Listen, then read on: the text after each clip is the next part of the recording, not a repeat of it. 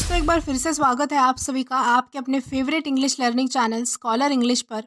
मेरा नाम है दीपिका कुमावत और मैं इस चैनल पर वेरियस कॉम्पिटिटिव एग्जाम्स के लिए इंग्लिश सब्जेक्ट टीच करती हूँ। तो बेसिकली आज के इस वीडियो में हम डिस्कस करने जा रहे हैं द हिंदू एडिटोरियल का वोकैब एनालिसिस। आशा करती हूँ कि आप इन सेशंस के साथ रेगुलरली जुड़ रहे हैं और इनका बेनिफिट भी उठा रहे हैं, क्योंकि इन सेशंस का मकसद है आपकी वोकैब पावर को और ज़्यादा इन्हांस करना। और ये जो वोकैब सेशंस है, ये बैंक, एसएससी, रेलवे, यूपीएससी या फिर किसी भी कॉम्पिटिटिव एग्ज़ाम के लिए इक्वली बहुत ही ज़्यादा इम्पॉर्टेंट है। तो चलिए और ज़्यादा देर ना करते हुए बढ़ते हैं हमारे वोकैब शो की तरफ और जानेंगे कि आज का हमारा सबसे पहला वर्ड कौन सा है। तो आज का हमारा सबसे पहला वर्ड है जंप स्टार्ट। जंप स्टार्ट का मतलब होता है पुनर्जीवित करना, किसी चीज़ को अचानक मजबूत करना, बढ़ावा देना या किसी चीज़ को जल्दी और ऊर्जावान तरीके से शुरू करना, उसे हम कहेंगे जंप स्टार्ट। और ये हमारे पास पार्ट्स ऑफ स्पीच में वर्ब है, यानी कि क्रिया है। सिनोनिम इसका होता है रिनविगोरेट, यानी कि पुनर्जीवित करना, कोई चीज़ जो है वो फिर से शुरू करना। For example, reading the newspaper regularly can indeed jumpstart our vocabulary skills. यानी कि नियमित रूप से अखबार पढ़ने से हमारी vocabulary skills में डेफिनेटली सुधार हो सकता है। इस कॉन्टेक्स्ट में हम जो है वो जंप स्टार्ट इस वर्ब का अलग अलग सेंटेंसेस में यूज़ ले सकते हैं। देन इसी के साथ हम आगे चलेंगे हमारे नेक्स्ट वर्ड की तरफ और जानते हैं कि हमारा नेक्स्ट वर्ड कौन सा है। तो हमारा अगला वर्ड है एच। एच का मतलब होता है अंकित हो जाना, कोई चीज़ हमेशा के लिए याद रह जाना या फिर मन में बस जाना, उसे हम कहेंगे एच। ये हमारे पास पार्ट्स ऑफ स्पीच में वर्ब है, यानी कि क्रिया है।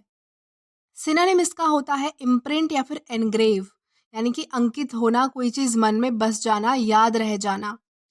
For example, the day she graduated was H in her mind for ever, यानी कि जिस दिन वो ग्रेजुएट हुई वो दिन उसके मन में हमेशा के लिए बस गया, उसे हमेशा के लिए याद रह गया। इस कॉन्टेक्स्ट में हम जो है वो एच इस वर्ड का अलग अलग सेंटेंसेस में यूज़ कर सकते हैं। तो चलिए इसी के साथ आगे बढ़ते हैं हमारे नेक्स्ट वर्ड की तरफ और जानते हैं कि हमारा अगला वर्ड कौन सा है। तो इसके बाद हमारा अगला वर्ड है इफ्यूजिव। इफ्यूजिव का मतलब होता है जोशीला, उल्लासपूर्ण या फिर खुशी व्यक्त करना, उसे हम कहेंगे इफ्यूजिव। ये हमारे पास पार्ट्स ऑफ स्पीच में एग्जेक्टिव है, यानी कि विशेषण है। सिनोनिम इसका होता है अनरिस्ट्रेन या फिर गशिंग, यानी कि जोश व्यक्त करना या फिर बहुत ज़्यादा खुश होना। For example, the children's laughter was effusive as they played together, यानी कि जब बच्चे साथ साथ खेल रहे थे तो उनकी हंसी बहुत ज़्यादा तेज़ थी। इस कॉन्टेक्स्ट में हम जो है वो इफ्यूजिव इस वर्ड का अलग अलग सेंटेंसेस में यूज़ कर सकते हैं। तो चलिए इसी के साथ हम आगे बढ़ेंगे हमारे नेक्स्ट वर्ड की तरफ और जानेंगे कि हमारा नेक्स्ट वर्ड कौन सा है। देन इसके बाद हमारा अगला वर्ड है स्प्लैश।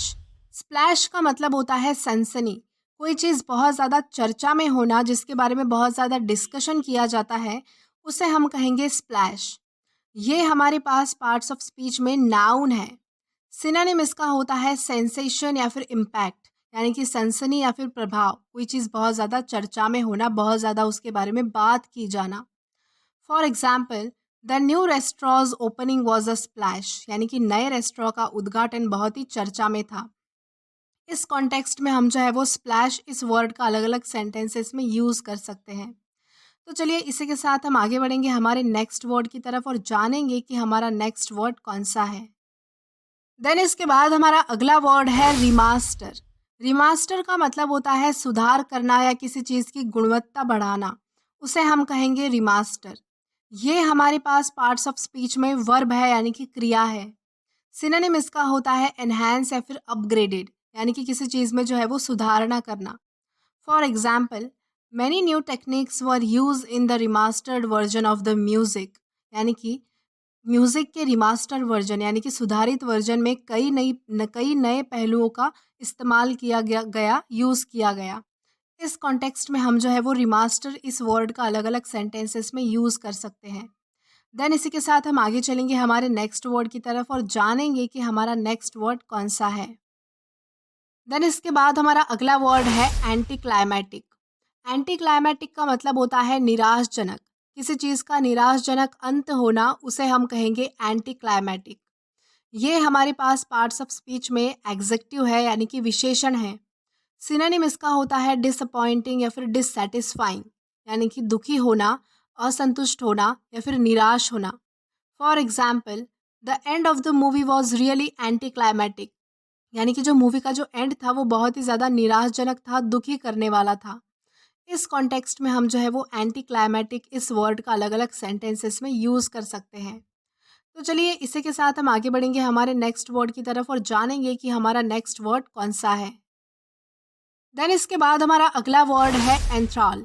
एंथ्रॉल का मतलब होता है दिलचस्प या रोमांचक, किसी का ध्यान आकर्षित करने योग्य कोई चीज़, उसे हम कहेंगे एंथ्रॉल।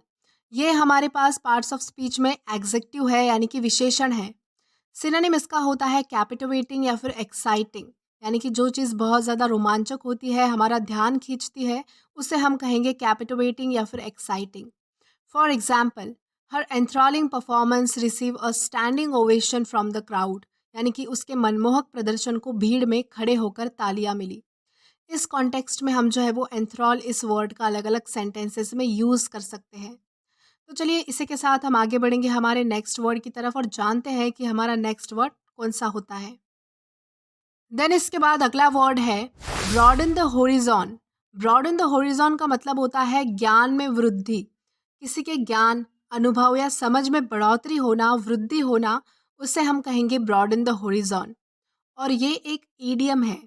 सिनोनिम इसका होता है इंक्रीज इन नॉलेज यानी कि ज्ञान में बढ़ोतरी होना। For example, travelling to different countries broaden the horizon of my understanding यानी कि विविध देशों में यात्रा करने से मेरी समझ में वृद्धि हुई या फिर मेरे ज्ञान में वृद्धि हुई।